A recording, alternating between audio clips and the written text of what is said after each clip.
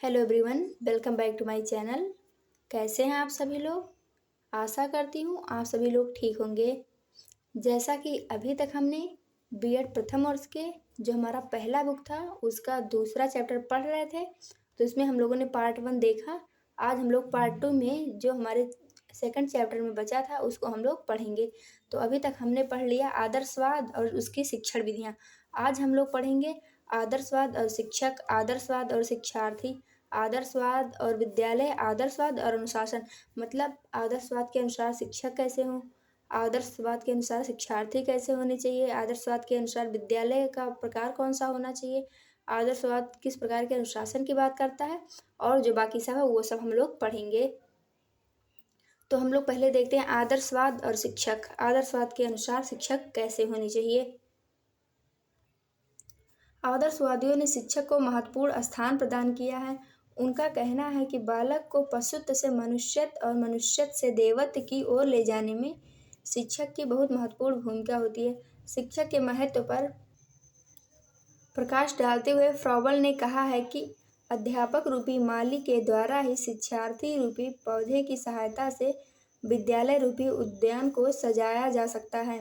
आदर्शवाद के अनुसार शिक्षक आध्यात्मिक चेतना का स्रोत माना जाता है। वह बालक के लिए एक विशेष प्रकार का वातावरण तैयार करता है और चरम से सत्य और वास्तविकता की ओर ले जाता है। बालक जिन सत्यों को प्राप्त करता है वह विश्वसनीय और प्रामाणिक है कि नहीं, यह जानने के लिए शिक्षक की आवश्यकता पड़ती है। तो ये रहा आदर्शवाद में शिक्षक की भूमिका। अब हम लोग देखते हैं हमारा जो अगला हेडिंग है वह आदर्शवाद और शिक्षार्थी। आदर्शवाद के अनुसार शिक्षार्थी कैसे होने चाहिए, इसे हम लोग देखते हैं। आदर्शवादी बालक को केवल शरीर, इंद्रिय और मस्तिष्क का बना हुआ न मानकर उसे आत्माधारी मानते हैं। वे बालक को मन और शरीर दोनों मानते हैं। जिस प्रकार हम भौतिक संसार में ऊर्जा की कल्पना कर सकते हैं, उसी प्रकार बालक के शरीर में मन के अस्तित्व की कल्पना की जा सकती है। आदर्शवाद के अनुसार बालक मन या आत्मा है। वे मन को मस्तिष्क का पर्याय न मानकर उसे मनुष्य में निहित अंश मानते हैं।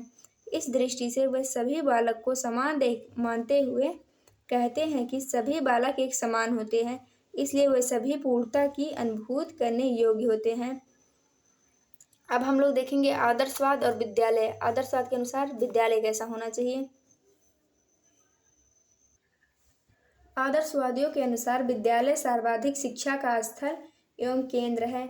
उनके अनुसार विद्यालय का वातावरण सामाजिक व भौतिक दोनों दृष्टि से आदर्शात्मक होना चाहिए। विद्यालय ही ऐसा स्थान है जहाँ पर व्यक्ति को सामाजिक तथा आध्यात्मिक गुणों के अर्जन करने का अच्छा अवसर प्राप्त होता है। तो ये रहा आदर्शवाद के अनुसार विद्यालय कैसा होना चाहिए। अब हम लोग देते हैं आदर्शवाद और अनुशासन। आदर्शवाद में किस प्रकार के अनुशासन की बात कही गई है, इसे हम देखते हैं। आदर्शवादी प्रभावात्मक एवं दमनात्मक अनुशासन में विश्वास रखते हैं। आदर्शवादी शिक्षक स्वयं को अनुशासित रखकर बालक के समक्ष मूल्यों एवं सद्गुणों को रखते हैं और बालक उन्हें ग्रहण करते हैं। आदर्शवाद के अनुसार शिक्षा को प्रभावित करने वाले 3 प्रमुख तत्व हैं। पहला शिक्षक, दूसरा सामाजिक एवं प्राकृतिक वातावरण और तीसरा स्वयं छात्र। विद्यालय में उचित अनुशासन बनाए रखने के लिए सामाजिक और प्राकृतिक वातावरण को स्वस्थ रखना चाहिए। सामाजिक वातावरण का एक अंग शिक्षक ही है और शिक्षक का प्रत्यक्ष एवं अप्रत्यक्ष प्रभाव बालक पर पड़ता है। वह शिक्षक का हर तरह से अनुकरण करता है। मतलब एक प्रकार से आदर्शवाद जो टीचर होते हैं उनको भी आदर्शवादी होने की बात कहता है कि मतलब अगर शिक्षक आदर्शवादी होंगे तो बच्चे भी उनका अनुकरण करेंगे और उन्हीं के जैसा बनना चाहेंगे। अब हम लोग देखते हैं जो हमारा अगला टॉपिक है वो क्या है। हमारा जो सेकंड चैप्टर का अगला टॉपिक है वो है भारतीय शिक्षा को आदर्शवाद की देन। कि मतलब भारतीय शिक्षा में आदर्शवाद की कौन कौन सी देन है। तो यहाँ मैंने सब लिखा है, अगर आप लोग लिखना चाहें तो लिख सकते हैं। और हम लोग देखते हैं क्या है। पहला हो गया उद्देश्य का निर्धारण। मतलब उद्देश्यों का निर्धारण किस आधार पर किया जाए। देखते हैं हम लोग ये क्या है। शिक्षा के क्षेत्र में उद्देश्यों के निर्धारण में दार्शनिक विचारधारा ही काम करती है। आदर्शवाद शिक्षा का उद्देश्य सत्यम, शिवम और सुंदरम को प्राप्त करना बताता है और वास्तव में जीवन के 3 पक्षों से संबंधित है। इनके द्वारा व्यक्ति पूर्णता की ओर बढ़ता है और उसे प्राप्त करता है। प्राप्त आदर्शवाद के द्वारा ही सभी देशों के उद्देश्यों का निर्धारण होता है। अब हम लोग अपना अगला हेडिंग देखते हैं जो है आदर्शों की स्थापना। ये क्या है? शिक्षा के क्षेत्र में मूल्यों एवं आदर्शों की स्थापना, उनकी प्राप्ति के लिए प्रयत्न एवं साधन निकालना आदर्शवाद की ही देन कही जाती है। और हम लोग नेक्स्ट हेडिंग देखते हैं जो है शिक्षा का आधार दर्शन। ये क्या है? इसे हम लोग देखते हैं। आज मनोविज्ञान शिक्षा का आदर्श स्तर निर्धारित नहीं करता। शिक्षा का एकमात्र आधार मनोवैज्ञानिक नहीं है, उसकी सहायता दर्शन भी करता है एवं इसमें आदर्शवाद प्रमुख रूप से अपनी भूमिका निभाता है। अब हम लोग देखते हैं अगला जो हमारा चौथा है पाठ्यक्रम में आदर्शवादी दृष्टिकोण। ये क्या है? शिक्षा में पाठ्यक्रम के निर्धारण के सिद्धांतों का प्रयोग भी आदर्शवादी दृष्टिकोण को प्रकट करता है। समान शिक्षा एवं उदार शिक्षा पर आदर्शवादी ही बल देता है। अब हम लोग अपना अगला हेडिंग देखते हैं जो है आदर्शवाद की सर्वत्र मान्यता। ये क्या है?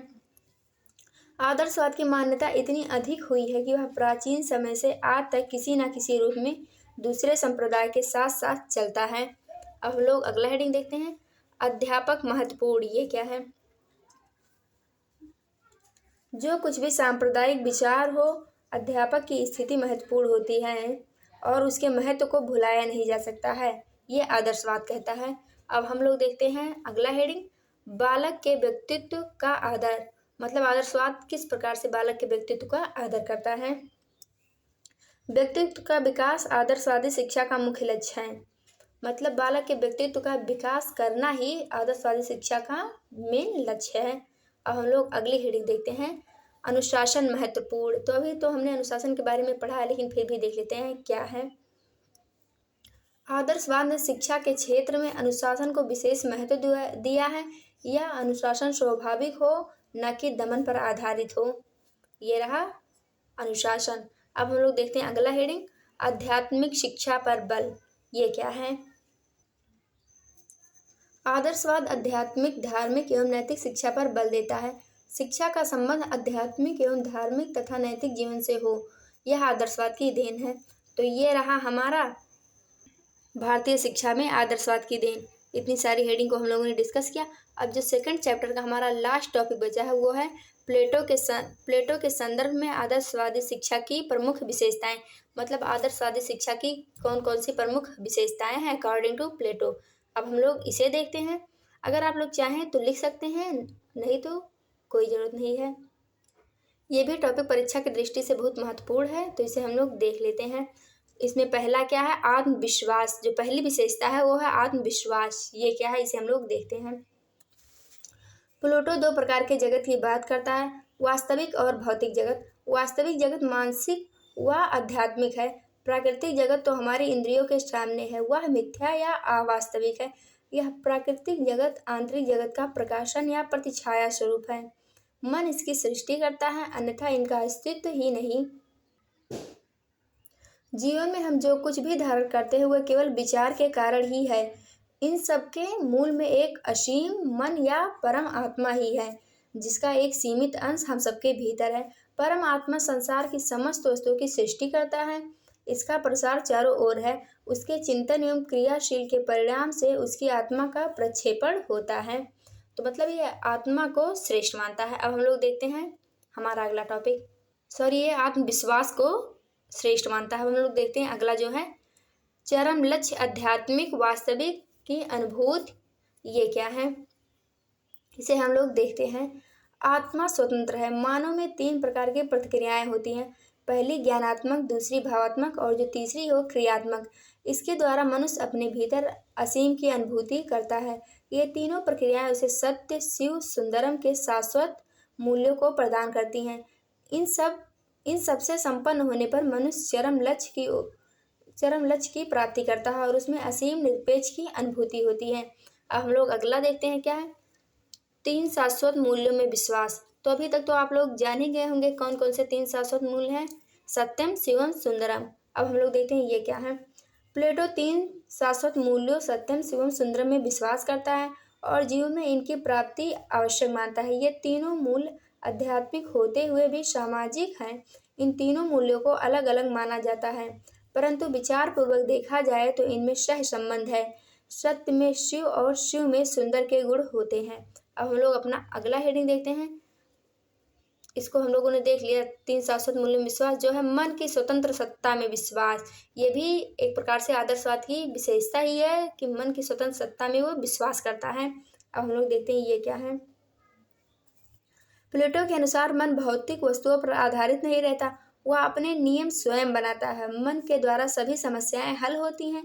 मन वास्तव में आंतरिक शक्ति है, इसी से व्यक्ति अनुभव करता है और ये अनुभव अत्यंत महत्वपूर्ण होता है। तो ये भी एक प्रमुख विशेषता है। अब हम लोग देखते हैं अगला, मनुष्य में विश्वास। ये क्या है। सभी जीवों में मनुष्य उत्तम जीव माना जाता है, क्योंकि उसके पास चिंतन, तर्क एवं बुद्धि के विशेष गुण हैं। इसका एकीकरण होता है। जीवन के तीन पहलू हैं, ज्ञान, विज्ञान, कला, नैतिक, धार्मिक, आध्यात्मिक। सभी का उद्घाटन मानव की विचार शक्ति ही करती है। ये भी आदर्शवाद की एक प्रमुख विशेषता है कि वो मनुष्य में विश्वास करता है। जो हमारा सेकंड चैप्टर का लास्ट हेडिंग बचा है, इसी के साथ आज की वीडियो यहीं समाप्त होगी और हम लोग देखते हैं वो क्या है, मूल्यों आदर्शों में विश्वास। आदर्शवाद की ये भी एक प्रमुख विशेषता है, इसे हम लोग देखते हैं। प्लूटो मूल्यों, आदर्शों, सद्गुणों में विश्वास रखता है। इसके अलावा इनकी कसौटी पर उचित का निर्णय करता है। इस प्रकार पाप पुण्य की भावना भी आदर्शवाद में पाई जाती है। तो ये रहा हमारा प्लूटो के अनुसार आदर्शवाद की विशेषताएं। अब जो हमारा थर्ड चैप्टर है उसको हम लोग नेक्स्ट वीडियो में पढ़ेंगे और जानेंगे कि उसमें क्या है। तब तक के लिए जुड़े रहिए हमारे साथ। जय हिंद।